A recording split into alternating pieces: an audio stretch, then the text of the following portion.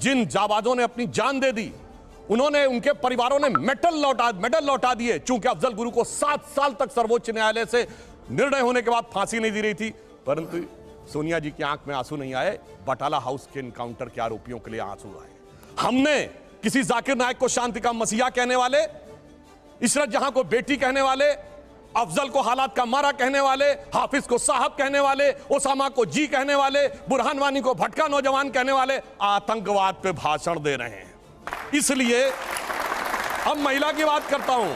बिल्किस बानो की बात ये कर रहे हैं, 14 साल वो लोग जेल में रख के आए, मुस्लिम थी इसलिए बोला।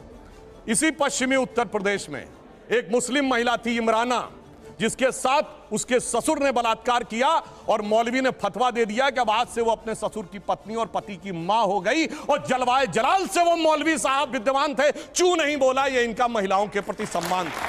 हमारे यहां किसी ने नैना साहनी को तंदूर में जलाया, छोड़िए वो सब आरोप प्रत्यारोप। मैं तो 100 बात की बात कहना चाहता हूं, वो कहां गए उन लोगों का सम्मान करते थे जिन्होंने कश्मीर वैली में लिखा, छोड़ के चले जाओ हिंदुओं से और अपनी बेटियों को छोड़ जाओ। वो गिरजा टिक्कू जिसके साथ सामूहिक बलात्कार के बाद आरे से काट दी गई और चू नहीं निकला किसी के मुंह से। वहां एक किसी महिला एक के साथ नहीं, पूरी कम्युनिटी के साथ हुआ और सब मौन साधारण किए रहे, क्योंकि वो सेक्युलरिज्म का सुंदर संगीत था, उससे इनको वोट मिलने थे। कहते हैं आईएसआई भारत की धरती पे नहीं था। मैडम, आपकी सरकार के समय में रिपोर्टें हैं आईएसआई के कितने मॉड्यूल्स काम कर रहे थे, और जो आप बता रही हैं वो कहानी तो बहुत पुरानी हो गई। उसके बाद तो जो ठुकाई हुई कहां, उरी में, जो कुछ हुआ बालाकोट में, उसके बाद Imran Khan as prime minister of Pakistan बोले पाकिस्तान की नेशनल असेंबली में, जो हिंदुस्तान ने किया है बालाकोट में उससे ज्यादा कुछ खौफनाक ये लोग करना चाह रहे हैं।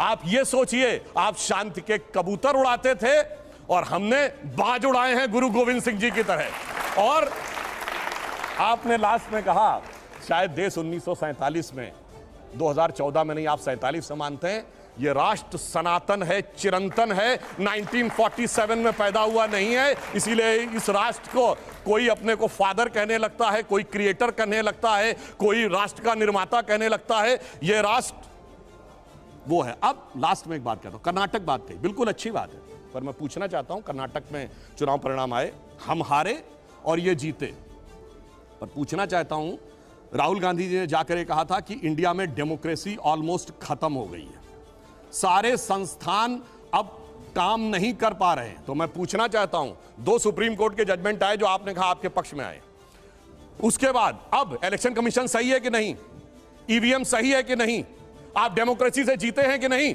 कर्नाटक में? मेरा मानना है कि अगर हम ईमानदारी से स्वीकार करते हैं कर्नाटक में हारे हैं, कांग्रेस को ईमानदारी से क्षमा मांगनी चाहिए कि आगे से हम अपने राजनीतिक हित के लिए विदेश की धरती से जाकर कभी इस देश को बदनाम करने की कोशिश नहीं करेंगे। और पुनः मैं कहना चाहता हूं, आज मैं विनम्रता से और चुनौती से पूछता हूं, G7 कंट्रीज और G20 कंट्रीज में एक देश बताएं जहां महंगाई की दर हमसे ज्यादा हो और विकास की दर हमसे कम हो। हम दुनिया में सबसे बेहतर स्थिति। अब आता हूं गलवान पे। गलवान में हमारे 20 सैनिक बलिदान हुए हैंड टू हैंड फाइट में। देखिए चीन पे इनको कितना भरोसा है। आप प्रैक्टिकली सोचिए, गोली नहीं चली, हाथ की लड़ाई में 20 लोग मारे गए, उधर से एक को घायल नहीं हुआ। यह होती है व्हाट्सएप यूनिवर्सिटी या राहुल गांधी से प्रेरित बुद्धि। ऐसा हो सकता है क्या?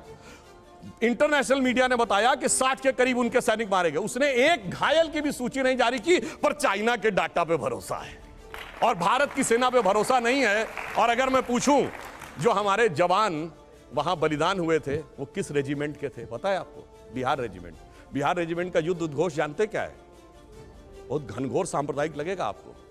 बिहार रेजिमेंट का युद्ध उद्घोष है बजरंग बली की जय, मगर वो इनको लगता है सांप्रदायिक। राजपूत रेजिमेंट का युद्ध उद्घोष है राजा रामचंद्र की जय, सुनिए। और जो हमारी गोरखा रेजिमेंट का युद्ध उद्घोष है जय जय महाकाली आयोरी गोरखाली। मगर अफसोस है कि भारत की ऊर्जा ओजस्विता के सारे प्रतीकों को सांप्रदायिक कह के आपने उनको भोथरा करने का प्रयास किया। और कर्नाटक में आज क्या हुआ? इनके राष्ट्रीय अध्यक्ष के बेटे आज ही बोले कहे हम सांप्रदायिक संगठनों को नहीं वो करेंगे और आरएसएस को भी हम बख्शेंगे नहीं। अरे भाई, बड़े मियां तो बड़े मियां, छोटे मियां सुभान अल्लाह। और मैं इनसे विनम्रता से पूछता हूं, अब आप अपना वादा निभाइए। आपने कहा था हम 6% मुस्लिमों का आरक्षण देंगे, मुस्लिम आरक्षण देके दिखाइए। सुधांशु जी एक बात दूसरा मैं पूछ रहा हूं, एक सेकंड प्रतिबंध लगा के हाँ बिल्कुल आप करिए। मैं एक आप ही का एक सवाल को उन्होंने जवाब नहीं दिया, मैं ले लूं एक